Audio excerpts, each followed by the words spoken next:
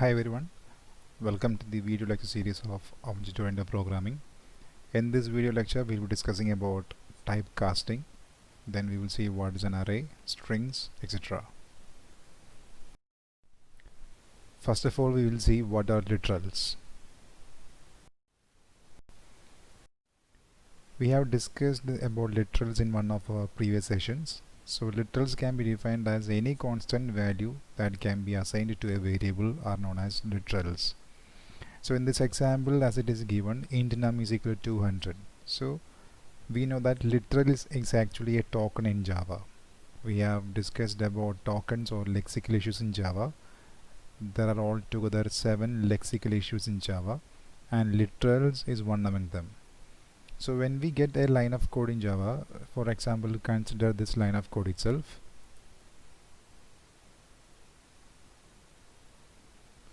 Int num equal to 200 and semicolon.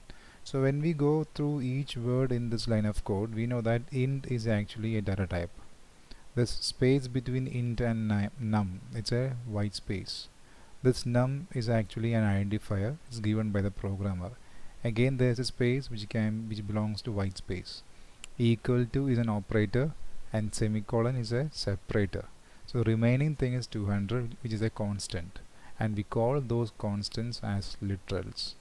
And literals can be decimal literals, or it can be octal, hexadecimal, or binary, as we can see these examples. So any constant value that we can. Now we will see one interesting topic that is known as typecasting in Java. It is based on data types.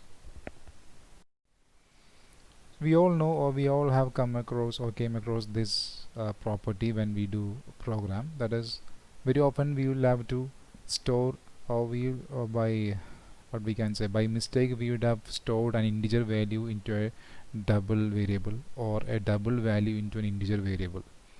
So something takes place when we store an integer value into a double variable, as well as when a double value into an integer variable. The process that takes place is known as typecasting. Okay, so when we try to assign a value to another type variable, for example, when we try to store a double value, for example 3.14, to an integer variable, say int a. So the type of variable a is integer, and the value we are going to store is, we are trying to store is 3.14. so the value type of value is double and type of variable is integer. So naturally there's a mismatch of type, but they are compatible. That means both of them are dealing with numerals or numeric or numbers. Both integer data type as well as the double data type, both are dealing with numbers. That means both these types are compatible. So when we store compatible types, the type conversion takes place automatically. But if the types are not compatible, then some errors will occur, so we'll have to do it manually. So that is known as typecasting, that is changing the or assigning the value of one primitive data type to another type. That process is known as typecasting. So it can happen automatically or it can be done manually. Automatic typecasting or type conversion takes place when we are trying to store a data value into a variable of compatible data types. For example, integer and double, or float and double, or integer and byte. Even though the amount of memory required for int and byte are different, they are compatible types. When we say compatible, means both these data types deals with numbers. But when we try to store a number, a digit, into a string variable or a character variable, their types are not compatible. So in that case we will have to do the type conversion manually. Okay, so the process or the step by which we assign a value of one primitive data type to another type is known as typecasting. In Java there are two types of typecasting. One is known as widening and the other one is known as narrowing. Widening takes place automatically. So I hope all of you know the word meaning of widening. In English dictionary, widening means to enlarge, right? To increase the space, to improve the space between, right? So when we talk about widening casting, We can think of the examples like this. We are converting a smaller type to a larger type. For example, we have two variables. One variable is of type byte and another variable is of type int. We have seen a chart in the previous session, in the previous video, in the previous class, in which we know it is mentioned the size required for each data type. For byte data type, the amount of memory required is 1 byte. For int data type, the amount of memory required is 4 bytes. So int is very big compared to byte. So when we store a byte value into an int data type, okay, so we are trying to store a smaller value into a bigger space. So that is known as widening, and there is no need of any manual interruption to do that. It will happen automatically. It is like we are trying to store a 1 liter of water into a 2-liter bottle. So if you try to pour 1 liter of water into a 2-liter bottle, it will easily occupy there, right? It will get easily occupied there, right? So that is known as widening, okay, and it happens automatically. Just the opposite of widening is known as narrowing. That is, we are just reducing the space between, or we are reducing the size. That is the word meaning of narrowing. And how this narrowing casting takes place. It will not happen automatically. It happens manually. That means we have to do it manually. It will not take place automatically. So it happens when we try to store a larger type of value into a smaller size type. For example, we are trying to store a floating point number into an integer variable. Suppose 3.14 into an integer variable, say a. In that case, why we are saying that it's narrowing? We know that the size required for a double or floating point data type is much bigger than the space required for an integer type. So when we try to store a bigger value in the sense the value that require much memory space into a data type that requires lesser memory space, it will not happen automatically. We have to force it. We have to do it manually. That kind of casting is known as narrowing. Okay, it is just as we can say, like we are trying to store 2 liters of water into a 1 liter can or 1 liter bottle. So when we try to store 2 liters of water into a 1 liter bottle, what will happen? Only 1 liter of water will be filled in that bottle. The remaining 1 liter of water will be lost. That is known as narrowing. Now we will see the examples of these two. So this example shows the working of widening casting, which happens automatically. As we can see, we have declared a variable named myInt is of type integer, and another variable of type double, its name is mydouble. And see, we are storing myInt into mydouble. So the value of myInt is 9. It is an integer data type, and we are storing that value into a variable of type double. So the amount of memory required for mydouble is very big compared to myInt is very big. So we are storing a small value into a bigger type. So that is known as typecasting, or that is known as widening, and it happens automatically. Okay. Now we will see an example for narrowing.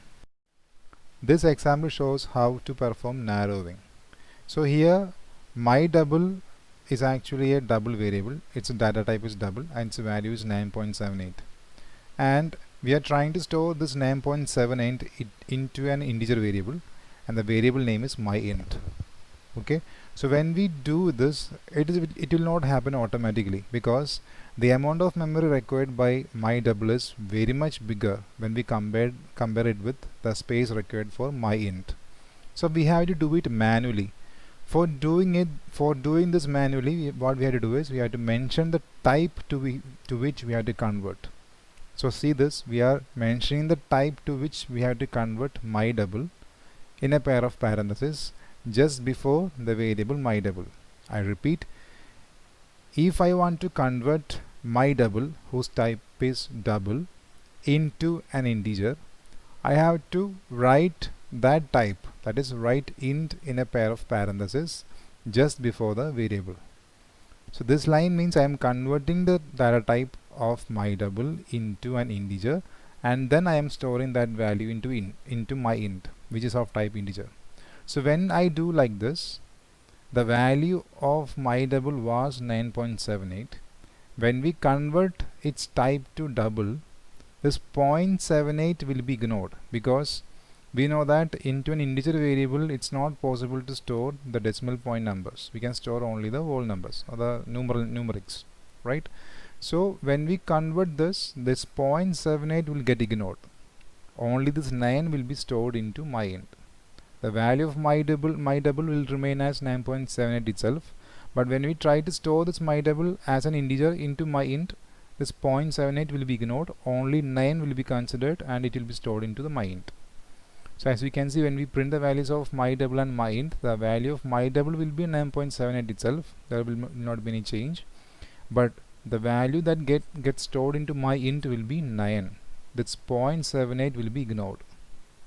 I hope that's clear. So this example shows the working of narrowing casting, which happens manually. That is we have to do it manually. For doing that, we have to place the type in parentheses in front of the value. This is the point that you have to remember. If you want to perform narrowing casting, we have to place the type to which we have to convert in a pair of parentheses in front of the value. Now about arrays in Java. The definition for arrays remains the same. Arrays means collection of data of same data type. Okay. So it is used to store multiple values, and we can refer to those values by using single name or single variable instead of declaring so many variables. That's a basic advantage of using arrays. And arrays in Java is index based, as it is in the other programming languages also. It is based on index numbers. This figure shows an array of size 10, and if the size of array is 10, the index number begins from 0 and the last index will be 9. And how to access index an element at index number 8, or we have to use the array name, square bracket, and index number. And if you want to get the length of an array, we have to use the length member of the array. So array name, suppose the array name is array1. If I want to get the length of the array, I must write array1.length, which will give me the length of the array. So length is not a method, it's not a function, it's a member. It's actually a property or attribute of the array. So we should not use the pair of parentheses after the word length. We just write array name, whatever may be the array name. Suppose B is the array name, B dot length without any pair of parentheses will give us the it gives us the size of the array. That is how many elements are there inside the array. Now how to declare array in Java. The syntax for declaring array in Java is data type, then a square bracket, and then the array name. So some of you may find it difficult to understand this because we have not used this version or this kind of syntax for declaring array. We are familiar with this version because we have used this formula or this format in declaring array in C programming and all. So we can use this format also. Data type space array reference variable, that is the name given by the programmer, and then square brackets. So we know that without specifying the size of the array declaration will not be completed. So we have to mention size of the array. This line just creates a reference variable only. Array creation will not be completed. Okay. If we want to complete the array creation, we have to mention the array size also. So you can see the example here. You can either create an array or declare an array like this: double data type, then square bracket, then the array name, or like this: double array name and square bracket. Okay. So this just creates or just declares a variable as an array. This does not specify any size. So we have to allocate memory space for an array. For that we need to use the new operator. So for that we have to write like this: the variable name, array reference name, equal to new, then the data type, and then we have to specify the size of the array. So the data type that we specify here and the data type that we use to declare the array must be the same. If you have declared the array as double, then we have to use the same data type here also. So we can combine this declaration and creation into a single step like this. Data type, then square bracket, then the array reference name or the variable name, array name equal to the new operator, again the data type, and in square bracket you have to mention the size of the array. So the data type that we use here and here both must be the same. It cannot be different. That means by mentioning here it is integer, we cannot use double here. If here it is integer, here also it must be integer. Okay, and this square bracket, as I have mentioned earlier, it can be here also like this. So don't get worried about that. You can use the square bracket after the variable name also. If you are not finding it easy to understand this format, we can use this format also. And we in this case we are just creating an array of some size. There are no elements. Suppose we want to initialize some elements at the time of declaration, then we can do like this: data type square bracket, then the array name equal to, there is no need of new operator and all, open the pair of curly brackets, write the values separated by comma. When we do like this, array declaration and creation and initialization takes place automatically at a single step, and size of the array will be taken as the number of elements inside this pair of curly brackets. So in this case we don't have to mention the size of the array explicitly, because the Java compiler will count the number of elements inside this pair of curly brackets and will take that as the size of the array. So these are the different formats in which we can create an array. Please repeatedly go back through the slide so that get familiar with how to declare an array in Java. Now we'll discuss about strings in Java. As you all know, strings means collection or sequence of characters. It is used to store text in Java, and we use double quotes to represent strings in Java. And when we talk about strings, strings are not data type, they are actually a class in Java. So we all know what a class is. We have done some programs. A class means collection of variables and methods. So string in Java is actually a class, which means there exists a class named string in Java which consists of so many methods, and all those methods are used to handle strings or to manage strings. Okay, so we will study about string class in detail in the upcoming sessions, but just now understand that string in Java is actually a class. That means it consists of, there exists a class named string which consists of so many methods. These methods can be used for handling or managing the strings, so sentences. So whatever string we use in Java, they are actually objects of this class. Okay, so that point you have to remember. A string in Java is actually an object of which class? Class string. So this may be you can expect one question like this when you go for interviews and all. What are strings in Java? So you have to say string is a class in Java, and all the strings in Java are objects of that class. And how can we declare or use a string class? We can do in the simplest format. We can do like this: string. As you can see, the first letter S is capital here. As per the naming conventions of Java, the class names begins with capital letter. So here S is capital. By there itself it's clear that we can make it clear that string is a class, because all class names in Java begins with a capital letter. So string is a class in Java, and this is the object of class string, and then we are assigning a value. The value is hello, and we have to enclose in double quotes. Okay, so I repeat, string is a class in Java. There is a class named string in Java. It consists of so many methods. All those all those methods are used for handling strings.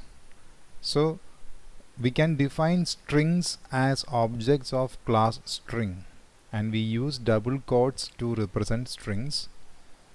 Okay, and one most commonly used method in class string is known as the length method. As you can see, there's a pair of parentheses following the word length. We have seen this term before when we talked about arrays, but in that case there was no pair of parentheses. In that case, length was a member of or attribute of array, but in this case here it is actually a method of class string, as you can see the pair of parentheses, and this method is used to get the number of characters inside the string, that is to get the length of the string. Now about vector class, we all know the drawback of arrays, right? The major drawback of an array is we cannot change its size. Arrays are not dynamic. If you are declaring an array as of size 10, then the maximum number of elements we can store into that array is 10. We cannot store any more elements. So the number of elements in an array cannot exceed the size of the array. But what happens if we don't know exactly how many elements we have to store before we start writing a program? That is, suppose we are going to write a program and we need to use a structure like array, but we don't know exactly how many elements will be there or will be there to store in that array. So what we used to do is we'll be declaring a big array, assuming that will be the size of that will be the maximum size of the array, say 100. We'll be declaring an array of size 100 because we assume that there won't be more elements beyond 100, or the number of elements will not go beyond 100. But what happens if it goes beyond 100? Because we don't know exactly how many elements are there or will be there in the array. In such cases, we will use something known as vectors. So that is a major advantage of vectors. That is, it is dynamic in nature. That is, we can change size of the array. It is dynamic, not array. We can change size of the vectors. It is dynamic in nature. That is, we can change the size of the vectors as long as, or in between the program, during the running time of the program also we can change the size. That is the advantage of vector class. So you must remember this word class. That means vector is also a class in Java. So I will again repeat, a class in Java means collection of variables and methods. So there exists a class named vector in Java which consists of so many methods, and all those methods are related to increasing the size of the vector, adding or removing elements from the vector, etc. All those things will be we will discuss about it in the upcoming sessions once we discuss about declaring objects and how to access methods using objects. Then only it will be clear to you. So for the time being, just understand that there exists a class named vector in Java which is used to overcome the drawback of arrays. That is, vectors are dynamic in nature. We can adjust the size of the vectors during the runtime or lifetime of the program. We can increase the size as well as we can decrease the size also, which is not possible in case of arrays.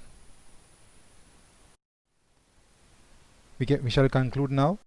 So we discussed about literals. Now we know what are literals, and we discussed how to perform typecasting, narrowing and widening. Then we described about arrays, what are arrays, then what is length member of the array, how to get the length of an array. Length member of the array is not a method, it's actually an attribute of the array. Then we discussed about strings.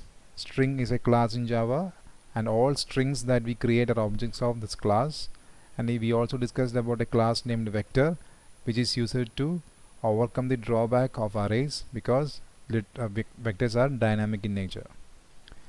That's all in this video lecture. Thank you so much.